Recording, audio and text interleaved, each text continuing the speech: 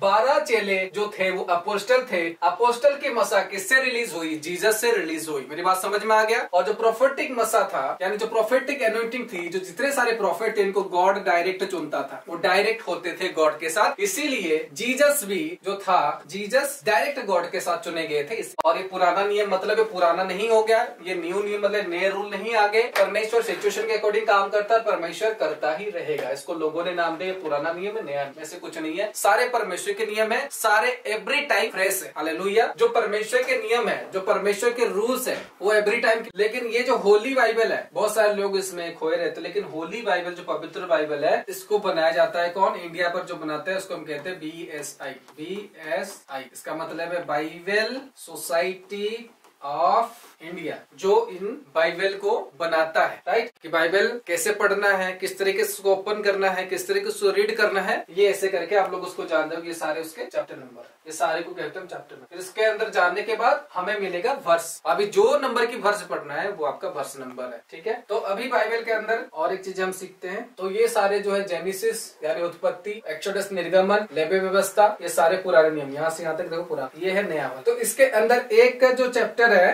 ये सारा करते जाओगे, लिखा है दी रेवलेशन चैप्टर। बाइबल के अंदर ये सारे लगभग पास्ट की वचन है। यशायाह नबी ने जब लिखा था न्यू टेस्टमेंट के लिए कि यीशु मसीह का जन्म होगा, वो फ्यूचर की वचन थी। उसी तरह से हम देखते हैं कि बाइबल के अंदर ये जो प्रकाशित वाक्य देखते हो, इट इज ए फ्यूचर, ये एक फ्यूचर की वचन है। जो प्रकाशित वाक्य है ये फ्यूचर की वचन है। फ्यूचर की सारी बातें जो लिखी गई है वो इस प्रकाशित वाक्य में आपका लिखा गया है। एक फ्यूचर वाली वर्ष है जो कि हमें देखने को मिलता है नए नियम पर। किसने लिखा था इसको? यूहन्ना ने लिखा हुआ। जब आप बाइबल की फर्स्ट पेज ओपन करोगे उसके बाद ये चीज आपके सामने खुलेगी, जिसके अंदर आपको बहुत सी चीजें जो इंसान नहीं देखता है कभी भी मेरे ख्याल से, लेकिन आज आप उन चीजों को जरूर देख पाओगे। यहाँ पर फर्स्ट ऑप्शन जो लिखा है पवित्र बाइबल। पवित्र बाइबल लिखा है। उसके बाद अर्थात पुराना और नया धर्म नियम, पुराना और नया धर्म नियम। फिर कहता है Bible society of India version. मैंने क्या कहा, कहाँ पर लिखा था? BSI। फुल फॉर्म क्या निकला? Bible society of India. ये मेन इसका है, तीनों को मिलाकर हो जाता है BSI।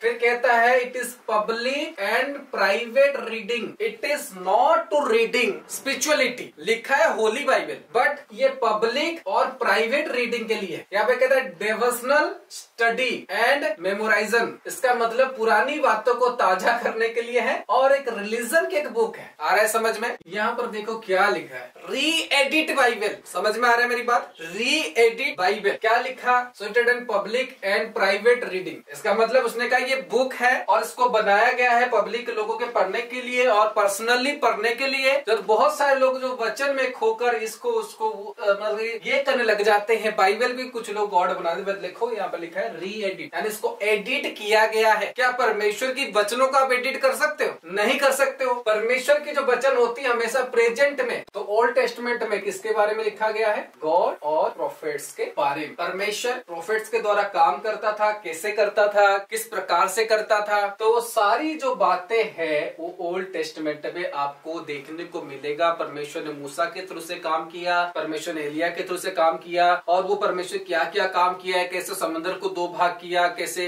हर एक कामों को किया, वो सारे विषय हमें देखने को मिलता है। कहाँ पर? वो सारे बातें हमें देखने को मिलता है ओल्ड टेस्टमेंट में। प्रॉफिट और परमेश्वर की ताकत हमें ओल्ड टेस्टमेंट में देखने को मिलता है। और 12 चेले जो थे वो अपोस्टल थे। अपोस्टल की मसा किससे रिलीज हुई? जीसस से रिलीज हुई। मेरी बात समझ में आ गया? और जो प्रोफेटिक मसा था, यानी जो प्रोफेटिक एनोइंटिंग थी, जो जितने सारे प्रॉफिट थे इनको गॉड डायरेक्ट चुनता था, वो डायरेक्ट होते थे गॉड के साथ। इसीलिए जीसस भी जो था, जीसस डायरेक्ट गॉड के साथ चुने गए थे। अपोस्टलिक मसा जो रिलीज हुई, किसके थ्रू से रिलीज हुई? जीसस से रिलीज हुई अपोस्टलिक मसा या इम्पार्टेशन, राइट? जीसस से रिलीज हुई। उससे पहले प्रोफेटिक मसा थी, प्रोफेटिक एनोइंटिंग थी। प्रोफेटिक एनोइंटिंग के बाद जब जीसस आ गया, जब जीसस की लैंड हुई जगत में, तब कौन सा इम्पार्टेशन रिलीज हुआ? अपोस्टलिक। अपोस्टलिक मसा जब रिलीज हुआ, अपोस्टलिक मसा से पहले और एक मसा रिलीज हुआ जिसको कहते हैं होली स्पिरिट। बात समझ रहे हो?